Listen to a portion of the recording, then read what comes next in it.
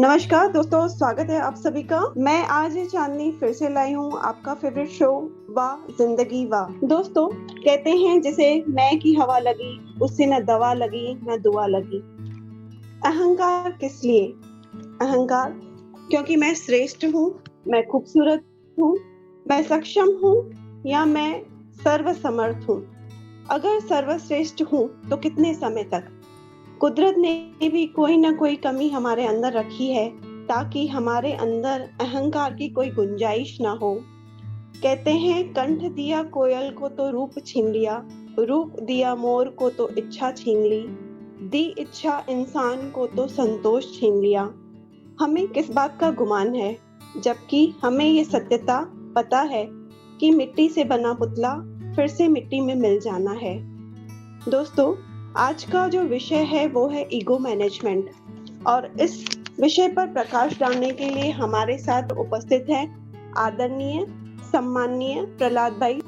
आप पिछले 15 वर्षों से भी अधिक देश विदेश के कई शहरों में 4000 से भी अधिक मोटिवेशनल तथा management programmes, lectures, workshops, seminars, conferences, talk shows conduct किए हैं।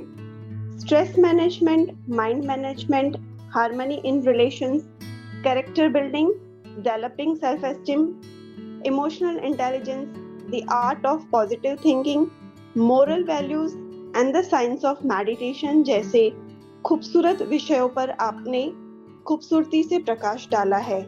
आप पिछले 15 सालों से भी अधिक मानव हित व मानव कल्याण हेतु corporate sectors, security forces, universities and colleges, schools, hospitals, government and non government organisations जैसे अनेक स्थानों पर सेमिनार्स एवं प्रोग्राम्स कंडक्ट किए हैं। सर, आपका बहुत बहुत स्वागत है। नमस्कार। नमस्कार सर, जैसे कि हमने प्रस्तावना में बताया कि ईगो आज जो हम हर एक व्यक्ति के अंदर देख रहे हैं, चाहे वो बड़ा है चाहे छोटा है, चाहे राजा है चाहे रंग है, किसी भी स्तर का है, किसी भी जाति का है, तो सर इसके पीछे क्या कारण है? आज दिन ब दिन ईगो हमारे अंदर क्यों बढ़ गया है? देखिए, क्या होता है, हर व्यक्ति आज अपने आप को दूसरे से आगे समझता है या हर व्यक्ति अपने आप को दूसरे से आगे रखना चाहता है। कोई व्यक्ति अपने आप को कम नहीं समझता है ना, और दूसरों के आगे अपने आप को सुपीरियर बनाने के लिए उसे क्या है, अपने आप का जो स्वभाव है जिसको अपन कहते हैं नाम मान शान, थोड़ा वो बना करके रखना चाहते हैं। और धीरे धीरे क्या होता है, फिर ये हमारी आदत में आ जाता है, तो हम चाहे के भी फिर इसको छोड़ नहीं पाते और वो हमें अच्छा लगने लगता है ना जी। तो अहंकार मतलब एक तरह से आप ये कह सकते हैं कोई ऐसी चीज है, एक ऐसी अब अहंकार मतलब सीधा सीधा सा अभिमान जो हमेशा अपने आप को ऊंचा समझता है, बस दूसरे कुछ नहीं है उसके आगे, अपने आप को सुपीरियर समझता है और अपने आप को सबसे ऊंचा रखता है और दूसरों को नीचे दिखाने की कोशिश करता है फिर व्यक्ति इसमें जी। सर, कई लोगों को तो पता ही नहीं होता कि उनके अंदर अहंकार भी है।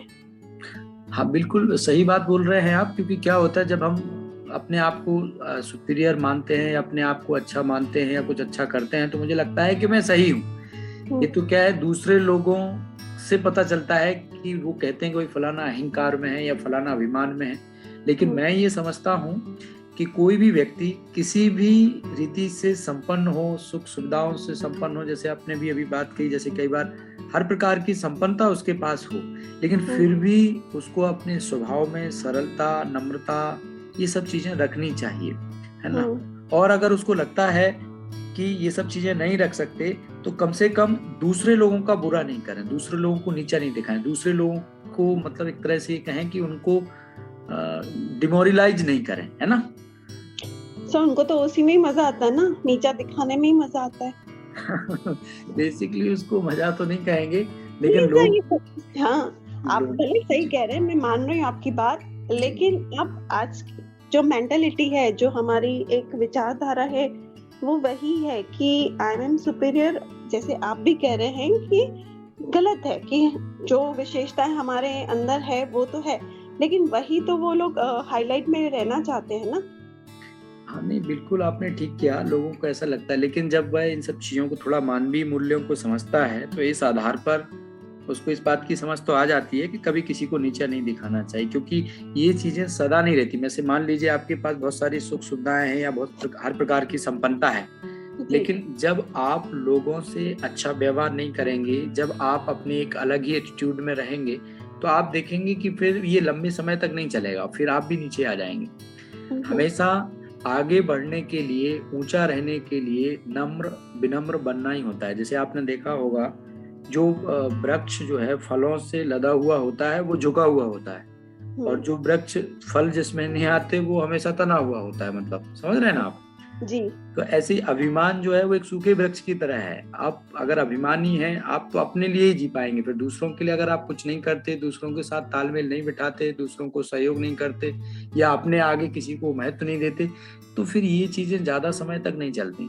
फिर लोग आपके लिए अच्छा नहीं सोचते, और बहुत सारे लोग जो आपके लिए दुआएं करने वाले थे वो लोग भी आपसे कटते हैं, और बहुत सारे लोग आपके लिए नेगेटिव सोचने वाले पैदा हो जाते हैं। तो फिर वो कहीं ना कहीं आपके जीवन में दुखदाई भी होता है फिर इस तरह से। तो मैं समझता हूँ कि व्यक्ति को कभी भी अभिमानी नहीं होना चाहिए, है ना। ये सर, जैसे कि अभी आपने कहा कि अहंकारी व्यक्ति को खुद पता नहीं होता कि वो अहंकार से बात करता है या उस हिसाब से व्यवहार करता है, तो हमें उसे बताना चाहिए। पर ऐसे व्यक्ति को बताया भी कैसे जा सकता है? नहीं, मतलब अगर हम बताएंगे भी तो वो मानेगा थोड़ी सर। नहीं, बिल्कुल बिल्कुल आपने ठीक की कि वो नहीं मानेगा, लेकिन हमें हमेशा ऐसे लोगों से खुद को तो सावधान रखना चाहिए, लेकिन हमें हमेशा उनकी अच्छाइयों को उनको बताते हुए, उनके वेल विशर बन करके उनको ना समझाते रहना चाहिए। अगर ऐसी कोई स्थिति बनती भी, अगर आपको लगता है कि कोई व्यक्ति हमारे संपर्क में है या हमारे परिवार का है, तो हमें हमेशा उनके लिए है ना अच्छा सोचना भी चाहिए, और समय समय पर उनको बताना भी चाहिए कुछ अच्छी अच्छी चीजें कि भाई हमें ऐसे नहीं ऐसे करना चाहिए, ऐसे नहीं ऐसे करना चाहिए। अगर हम ऐसा करते हैं तो काफी हद तक हम उनको जो है ना एक सोसाइटी के लिए एक अच्छा नागरिक मतलब बना पाएंगे। सर, लेकिन आप जैसा कह रहे हैं, अगर हम पहल भी करते हैं उनको समझाने की, तो कई बार ऐसे देखा जाता है कि वो कट ऑफ ही कर देते हैं। संबंधों में कट ऑफ ही आ जाता है। आप मतलब वो फिर हमें फेस करना ही नहीं चाहते हैं। हाँ, तो फिर ऐसे लोग जो है समय आने पर फिर वो उनको बाद में रियलाइज होता है कि भाई मैं गलत हूँ, बाद में उस चीज का रियलाइजेशन होता है, उनको पश्चाताप होता है। तो मैं तो ये कहता हूँ कि कोई भी व्यक्ति जो जीवन में हमेशा सुख लेना चाहता है, आनंद लेना चाहता है, खुश रहना चाहता है, तो उसको स्व निरीक्षण करना चाहिए बीच बीच में।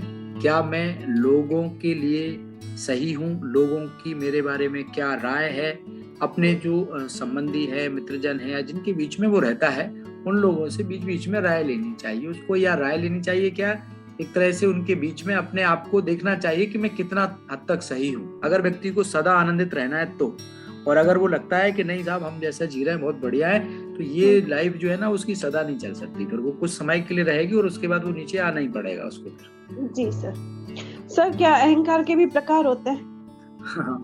अहंकार के बिल्कुल आप कह सकते हैं। वैसे तो दो प्रकार के अहंकार आप कह सकते हैं, एक शुद्ध अहंकार होता है और एक अशुद्ध अहंकार होता है। शुद्ध अहंकार जो होगा ना बेसिकली वो ये होगा कि व्यक्ति के पास सब है, धन है, सुख सुविधा है, मान सम्मान सब कुछ है, लेकिन उसके अंदर उस तरह का अभिमान नहीं। मतलब वो जरूरतमंद लोगों पर दया करेगा, परोपकार की भावना रखेगा, उनको सहयोग करने की भावना होगी, तो एक तरह से शुद्ध अहंकार आप कह सकते हैं। माना संपन्न है, भरा हुआ है, सब चीजें उसके पास हैं, लेकिन जो भी संसाधन उसके पास हैं वो सिर्फ दूसरों की सेवा के लिए उनको यूज करता है, तो आप इसको शुद्ध अहंकार कह सकते हैं, है ना।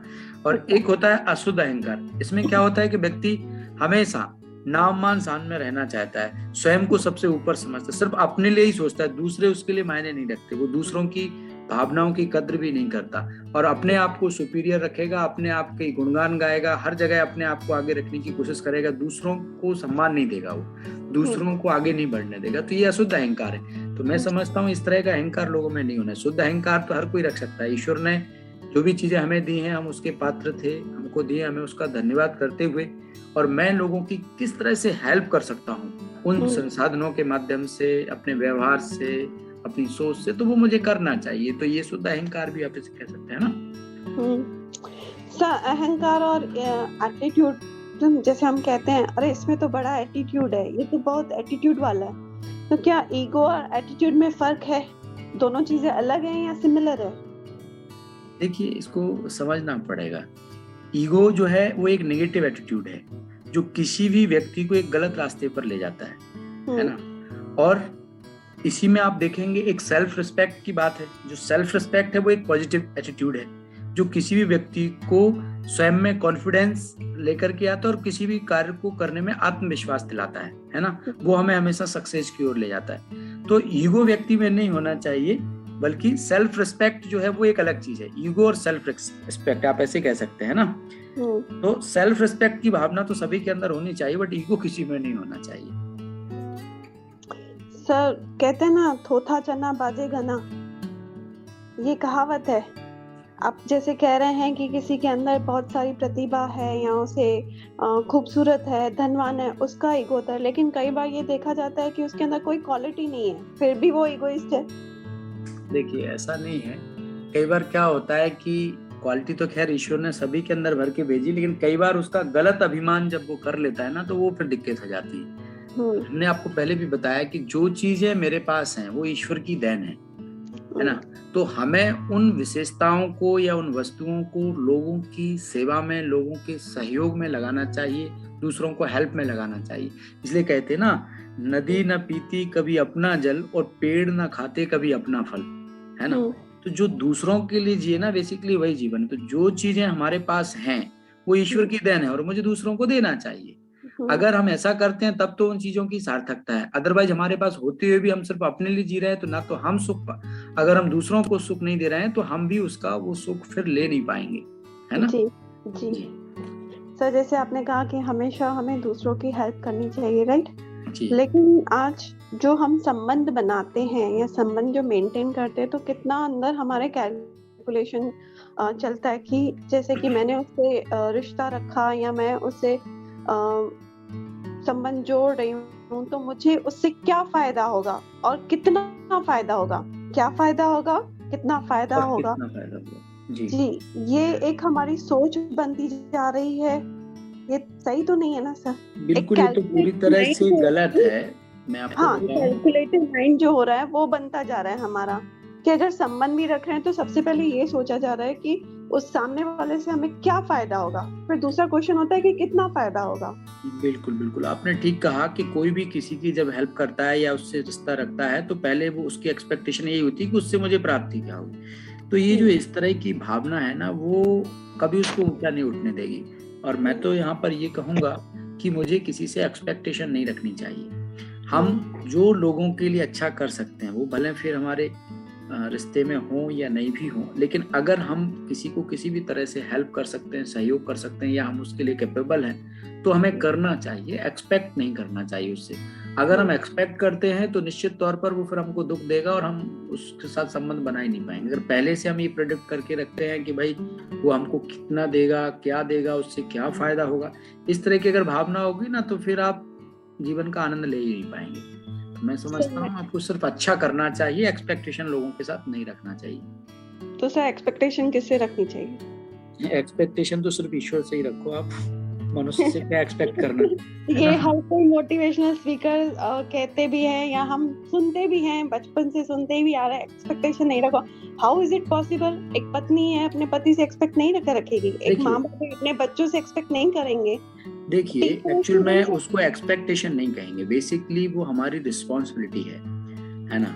हम अपनी रिस्पॉन्सिबिलिटी को ऑनेस्टली प्ले करें तो हमारे संबंध संपर्क में जो लोग होते हैं वो भी ऑनेस्टली प्ले करेंगे। जैसे आप देखिए, एक मूवी में कोई रोल प्ले कर रहा है, ठीक है, तो वो रोल प्ले इसलिए कर रहा है क्योंकि जिसको जो भी रोल मिले, फॉर एग्जाम्पल किसी को पत्नी का मिला है, किसी को पति का मिला है, तो जो पत्नी रोल प्ले कर रही है तो अपने आप को बेस्ट पत्नी बनाने के लिए जो कर सकती है वो करने का प्रयास करेगी, और जो पति है वो भी बेस्ट, क्योंकि उसको मालूम हम एक्टिंग कर रहे हैं।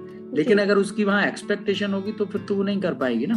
तो basically we are all actors, है ना। हम लोग इस सृष्टि रूपी रंगमंच पर अभिनय कर रहे हैं और हर व्यक्ति जिसको जो अभिनय मिला है वो बेस्ट ही कर रहा है।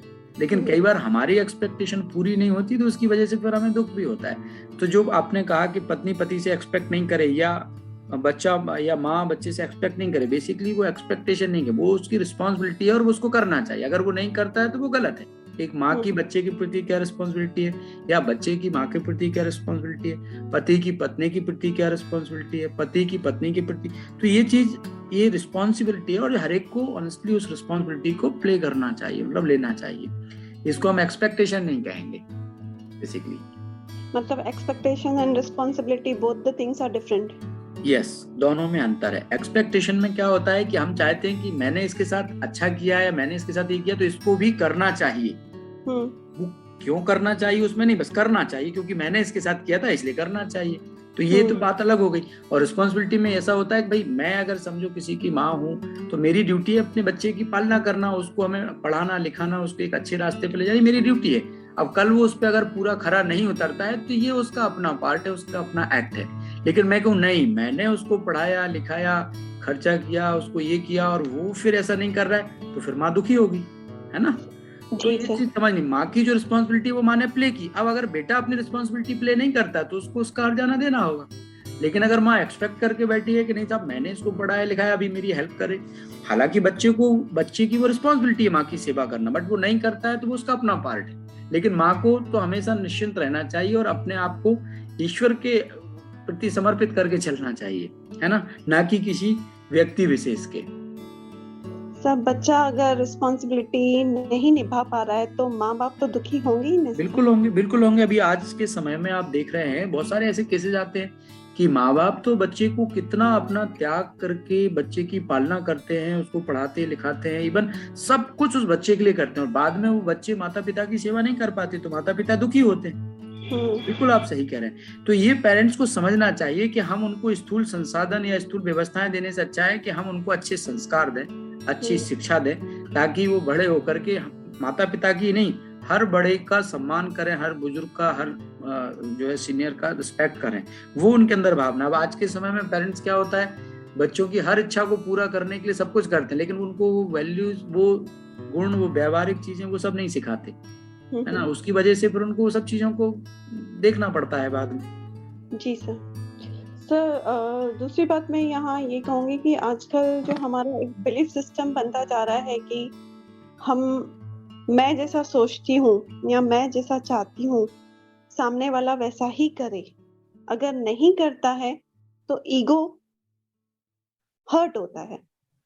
इस बात पे आप क्या कहेंगे? बिल्कुल आपने सही कहा कि मतलब जैसा मैं चाहती हूँ, जैसा मुझे चाहिए, जो रिजल्ट मुझे चाहिए वैसा ही सामने वाला करे, वो चाहे परिवार की बात हो, चाहे बाहर हमारा प्रोफेशनल लाइफ हो, चाहे पर्सनल लाइफ हो, कहीं पर भी।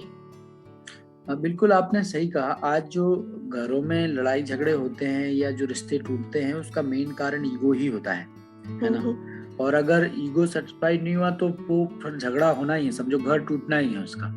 तो ये तो व्यक्ति को समझना चाहिए। ऐसे लोगों के लिए तो मैं ये कहूंगा कि उनको कहीं ना कहीं थोड़ा जो है ना अपने आप को स्पिरिचुअलिटी को डाइवर्ट करना चाहिए। अगर वो ऐसा करते हैं तो उनको जीवन जीने का ढंग जो है पता लगेगा। अगर आध्यात्मिकता की तरफ थोड़ा बहुत उनका रुझान होगा तो निश्चित तौर पर उनको जीवन जीने के तौर तरीके मालूम चलेंगे और वो अपना जीवन अच्छा जी पाएंगे।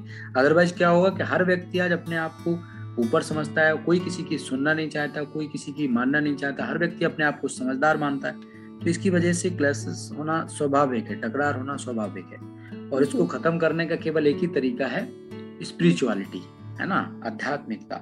उसमें व्यक्ति को जो है कहीं ना कहीं अपने आप को थोड़ा बहुत समय देना चाहिए।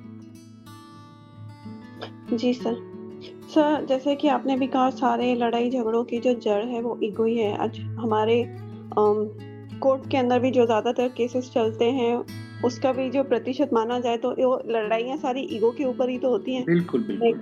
मैं क्यों झुकूं, मैं क्यों समझूं, मैं क्यों सॉरी बोलूं, बिल्कुल, मैं जाकर क्यों माफी मांगूं, या जो भी बहुत सारी बातें हैं। तो ये ईगो जो है वो हमारी जिंदगी को कहीं ना कहीं खराब करता जा रहा है। बिल्कुल आपने सही कहा कि ईगो जिंदगी को खराब करता जा रहा है। अब ये है कि अगर आप चाहते हैं कि आपके जीवन में ये सब चीजें नहीं हो तो आपको कहीं ना कहीं स्व निरीक्षण करना चाहिए कि आपको कहाँ अपने आप में परिवर्तन करने की आवश्यकता है। अभी होता क्या है, एक व्यक्ति स्व निरीक्षण नहीं करता, कभी स्व चिंतन नहीं करता। वो क्या है, बस अपने स्तर पे जो उसको ठीक लगता है वो करता जाता है, आगे बढ़ता जाता है, लेकिन वो ये नहीं देखता कि मैं जो कर रहा हूँ उसमें कुछ करेक्शन करने की आवश्यकता है क्या। कई बार ऐसा होता है कि हम जो कर रहे हैं हम कहते नहीं मैं ही राइट हूँ, मैंने जो कहा वही सही है, बाकी सब गलत, तो ये रॉन्ग है। ऐसे कभी भी नहीं हो सकता है कि हम ही सही हो। कई बार ऐसा होता है कि हमारे साथ दूसरे और लोग हैं वो भी सही हो सकते हैं। अब जैसे मैं आपको एक अपना उदाहरण इसमें देता हूँ जी। जैसे हम कोई भी सोशल एक्टिविटी करते हैं, सोशल वर्क करते हैं, तो हमारे साथ बहुत सारे लोग जुड़े होते हैं हमारे साथ, क्योंकि हम सोशल एक्टिविटी भी बहुत करते रहते हैं अपने यहाँ शहर में, तो बहुत सारे लोग जुड़े। तो कई बार हम उन लोगों से सजेशन लेते हैं, लेकिन कई बार उनके सजेशन वो मेरे काम के नहीं भी होते हैं, लेकिन हमने कभी भी अपनी मीटिंग में उनको ये नहीं बोला कि नहीं नहीं आपने ये क्या सजेशन दिया, ये कोई सजेशन है क्या। तो मैं उनके सजेशन को लेता हूँ और उनको अप्रिशिएट करता हूँ, बहुत अच्छा आपने प्रयास किया, हम इसको पढ़ेंगे, अगर लगेगा इसमें से कुछ अपने को जोड़ना है तो अवश्य उसमें जोड़ेंगे। मतलब भले हमने उसको पढ़ लिया, लेकिन हमने उनको तुरंत डिमोरलाइज नहीं किया। अगर हम ऐसा बोल देते हैं अरे कोई सजेशन है क्या, तो तुरंत एक तरह से हमने उनको क्या किया, नकार दिया, तो फिर क्या टकरार होना स्वाभाविक है। और वो अपने आप में वो सोचेंगे अरे वाह यही होशियार है, केवल हमारी कोई वैल्यू नहीं, तो वो अपने आप में एक अलग ग्रुप बना लेंगे या अलग तैयारी उनकी हो जाएगी, समझ रहे हैं कि नहीं। तो ऐसे में क्या होता है, हमें अपने परिवार के सभी सदस्यों को रिस्पेक्ट देना होता है। अगर आपको लगता भी है कि उसकी बात ठीक नहीं भी है या काटना भी है, तो पहले आप उसकी बात को सुनो, फिर उसकी बात को ऐसे बोले हाँ अच्छा ठीक है हम देखते हैं इसको क्या हो सकता है, बस इतना भी आपने बोल दिया ना, तो उसका ईगो जो है ना वो हर्ट नहीं होगा, फिर वो आपकी बात को सुनेगा, समझेगा, और आप जैसा वैसे नहीं ऐसे कर लोगे ना तो हो जाए, तो वो आपकी बात मान लेगा। बट आपने डायरेक्टली उसको कट कर दिया तो फिर टकरार होना स्वाभाविक है, अलग रास्ते होना स्वाभाविक है, और ये ज्यादातर लोगों के साथ ऐसा ही होता है।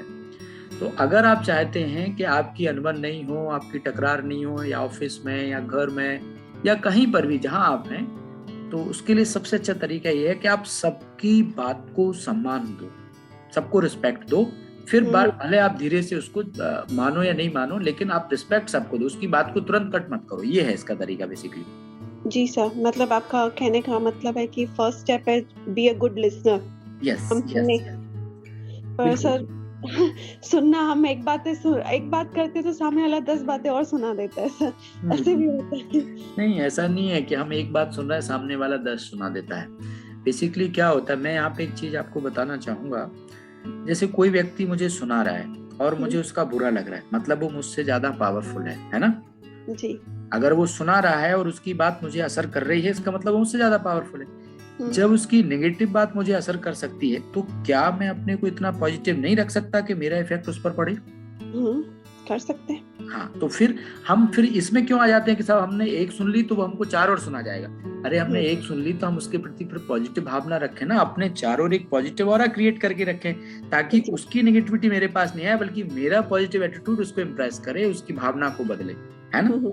तो ये हमें करना चाहिए। नहीं सर, वो तो आप सही कह रहे हैं, लेकिन वो कहते हैं ना सर कि ईंट का जवाब पत्थर से देना चाहिए, फिर वो बात भी आ जाती है सर। देखिए, जिसके पास पत्थर होंगे वो पत्थर से देगा, जिसके पास पत्थर नहीं होंगे, फूल होंगे, वो फूल से देगा।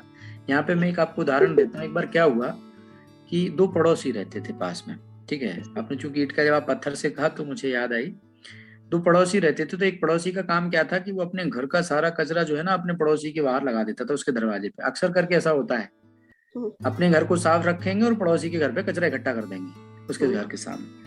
तो पड़ोसी बड़ा दुखी था, दूसरा जिसके घर पे कचरा इकट्ठा होता था। तो उस पड़ोसी ने कहा कोई बात नहीं, अब मैं इनसे क्या लड़ूं झगड़ूं। तो एक दिन उसके घर में फूलों का बगीचा था, तो वो फूलों की टोकरी भर करके अपने पड़ोसी के पास पहुंचा। कौन? जिसके घर के दरवाजे के पास कचरा इकट्ठा होता था जी।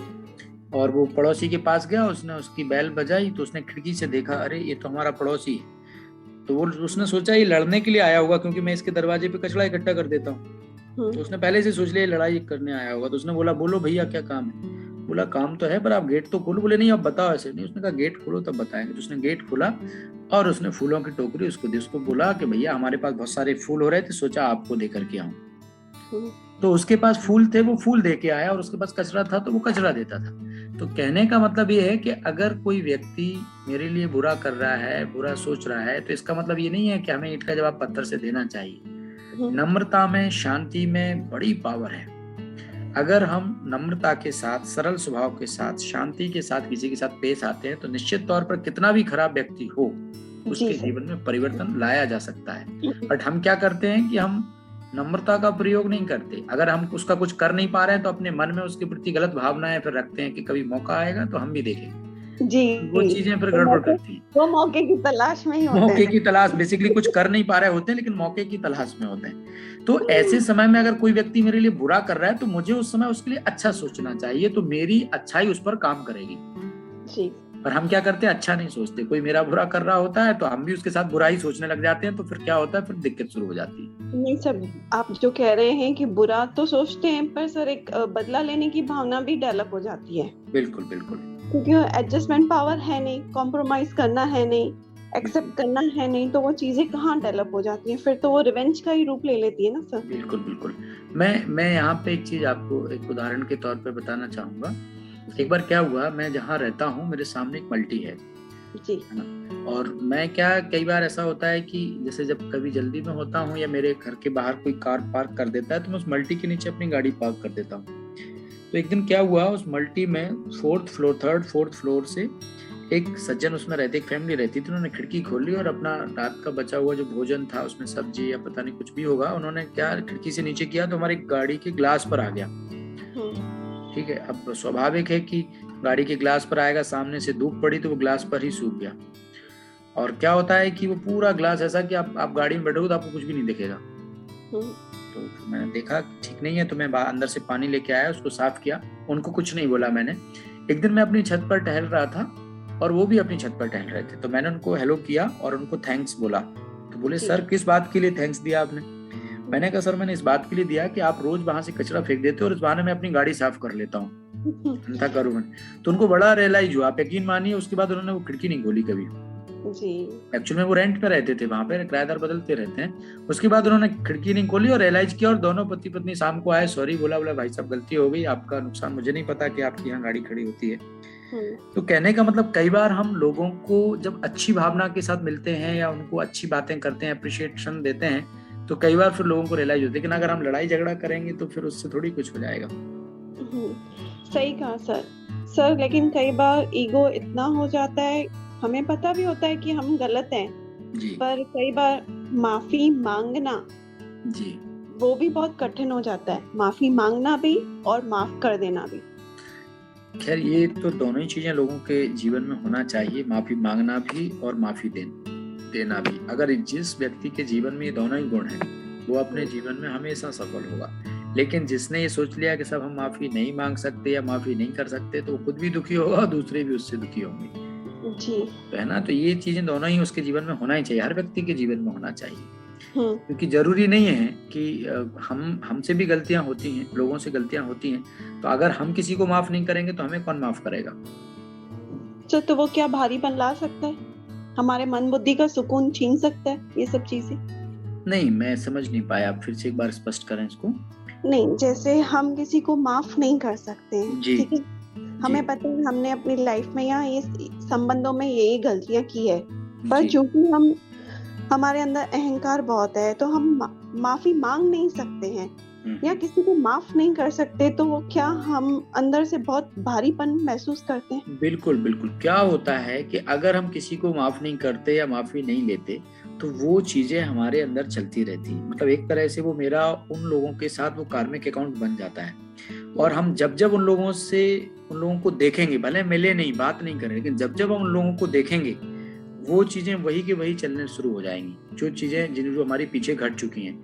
तो एक तो पहले से हमारा उनके साथ कार्मिक अकाउंट होता है, और दूसरा जब हम उनको देखते हैं, भले वो 6 महीने बाद मिले, तब भी हमारे दिमाग में वही चीजें चलने लगती हैं, तो वो नेगेटिविटी हमको पूरी तरह से प्रभावित करती ही है। इसलिए मैं तो ये समझता हूँ कि माफ करने का गुण भी होना चाहिए और माफी लेने का भी होना चाहिए। और अगर हम कहते हैं लोगों को आप डायरेक्ट नहीं बोल सकते, तो अपने घर में बैठ के ईश्वर को सामने रख के उसको अपने सामने इमर्ज करो और उससे माफी ले लो और माफ कर दो, सबसे अच्छा तरीका, ताकि हम भी सुकून से अपना सुकून से जिए और वो भी सुकून से जिए। बिल्कुल सही। जी सर, तो सर अहंकार को दूर करने के लिए क्या करना चाहिए, थोड़ा संक्षेप में हमारे मित्रों को बताएंगे? देखिए, आपने बिल्कुल सही बात कही, क्योंकि ये एक ऐसी चीज है कि हर व्यक्ति इसको हटाना चाहता है, पर सबसे पहले इसको पहचानना बड़ा मुश्किल होता है, कि क्योंकि हम जो कर रहे होते हैं हमें पता ही लगता है कि वो अहंकार है ना? जी। तो इसके लिए हमने आपको पीछे भी एक पॉइंट बताया है कि हमें अपना आत्मनिरीक्षण करना चाहिए, है ना, कि हम जो कर रहे हैं वो हमसे लोग कितने खुश हैं। कई बार लोग कहते हैं ना कि हम तो बहुत खुश रहे, अरे भैया हम तो खुश रहते हैं, हमसे हमारे परिवार वाले खुश हैं, हमसे हमारे ऑफिस वाले खुश हैं, हमसे हमारे पड़ोसी खुश हैं, अगर वो नहीं है तो जरूर कहीं ना कहीं कुछ गड़बड़ है, उसको चेंज करने की आवश्यकता है। तो अगर हम अपना आत्मनिरीक्षण करते हैं, स्वनिरीक्षण करते हैं और स्वनिरीक्षण में हम ये पाते हैं कि वाकई में हमें अपने स्वभाव को, व्यवहार को बदलने की जरूरत है, तो हमें बदलना चाहिए और उसकी लगातार प्रैक्टिस करना चाहिए। तो अगर आप रियलाइज करते हैं तो परिवर्तन लाया जा सकता है, अदरवाइज बड़ा मुश्किल है जी। ये आपको मतलब रियलाइज करके उसको प्रैक्टिस करनी चाहिए अच्छा बनने की। जी सर। सर, इस पूरी बातचीत के लिए आपका बहुत बहुत शुक्रिया। मुझे उम्मीद है कि जो भी हमारे श्रोता हैं जिन्होंने ये भी एपिसोड सुना होगा कि कैसे हम अहंकार को अपने जीवन से दूर कर सकते हैं या मैनेज कर सकते हैं। इस पूरी बातचीत के लिए आपका बहुत बहुत शुक्रिया। नमस्कार दोस्तों, जैसे कि हमारे मोटिवेशनल स्पीकर प्रहलाद भाई जी ने बताया कि अहंकार जीवन को कैसे नुकसान पहुंचाता है।